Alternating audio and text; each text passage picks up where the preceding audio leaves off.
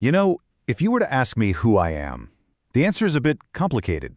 I mean, I exist on paper, in ink, and in the celluloid dreams of filmmakers. I'm a reporter who, let's be honest, doesn't file a lot of stories. I'm a kid who somehow watched the entire 20th century fly by. My name is Tintin, and this is my story. My journey from a simple sketch on a page to the massive silver screen. And that's the thing. It's true. I really did start out as an enigma, and I guess I still am. I don't have a birthday, no parents, no real backstory. But you see, that wasn't some mistake by my creator. That was the whole point. I was designed to be a question mark, a blank slate, so that you, the reader, could be the one to step into my shoes. So, where did this idea of a boy reporter even come from? Well, to figure that out, we have to go right back to the beginning, back to the man with the pen. Georges Remy.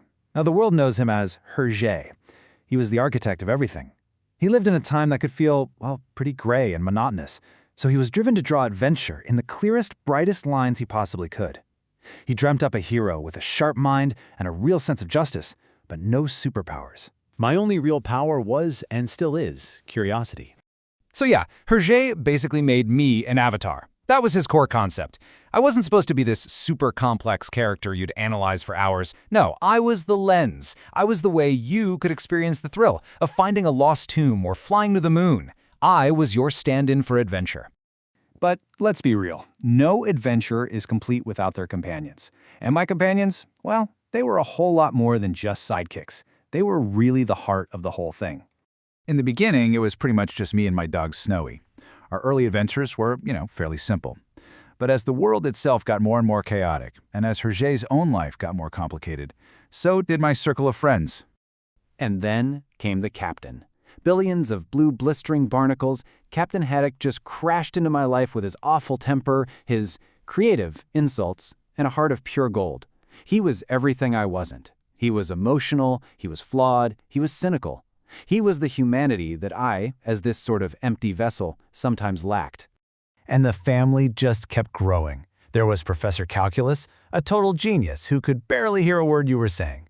And of course, the identical but not related detectives, Thompson and Thompson, who brought this amazing slapstick comedy to our often very dangerous situations. But there's a deeper truth here, something I've come to understand. These characters weren't just there for a laugh or to move the story along. They were pieces of Hergé himself. Haddock's passionate anger, Calculus's total detachment from reality, these were echoes of the artist's own personal struggles and breakthroughs, all poured right onto the page. Which brings us to the big leap. How do you take a world that's so personal, so meticulously built by one man's hand, and translate it into the big, collaborative, high-stakes world of movies? Look, existing in ink is one thing. Being remade in light and sound, that's a whole different animal. In the comics, Hergé's clear line style is everything. Each panel is still, it's silent, and you get to set the pace. But film? Film is a director's game. That single vision gives way to interpretation. Your pace is replaced by a film's editing. My quiet world suddenly explodes with sound, motion, and CGI. The control is kind of lost. And believe me, it has been a long journey. The early live-action movies in the 60s, they tried to capture the look, but maybe not the soul. The 90s animated series was incredibly faithful. It was almost like a moving comic book. And then, in 2011, came the big one, the motion capture blockbuster from Steven Spielberg, a technical wonder that raised a whole new set of questions. But there's always been this ghost in the machine, a fundamental problem at the heart of every single one of these adaptations. And it all comes down to my creator's final wish. Hergé was absolutely firm on this. When he was gone, my adventures were to end, period. He believed that no one else could or even should continue the story. He saw the work as part of his own life, and he wanted that final chapter to close right along with him. This creates a pretty fascinating problem, doesn't it? If the original author says, no more stories, how can a character so loved keep going for new generations? The answer, it seems, is adaptation. And from my point of view, that's what makes watching all these different versions so interesting. They aren't new adventures, they're reinterpretations. Take the Spielberg film. It mashed up 3 of my stories into one. It absolutely nailed the action, the spectacle, but some people felt the quiet, thoughtful moments from the books got a little lost. It's a constant debate. How do you honor the source material while making a great movie?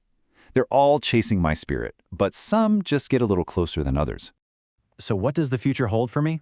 My official story might have ended in 1983 when Hergé passed away, but my journey, well, that's far from over. This is my next great adventure. The copyright on my stories won't last forever, and when I eventually enter the public domain, the floodgates are going to open. New artists, new writers, new filmmakers will be totally free to tell new stories without being bound by my creator's final wish. And that's the ultimate truth of my existence, isn't it? Hergé created a character that was the spirit of adventure itself. A spirit of curiosity, of doing the right thing, and always wanting to see what's over the next hill. And that spirit, that's immortal. So, I'll leave you with this thought. Hergé's journey with me is finished, but mine feels like it's perpetually on the cusp of a new beginning.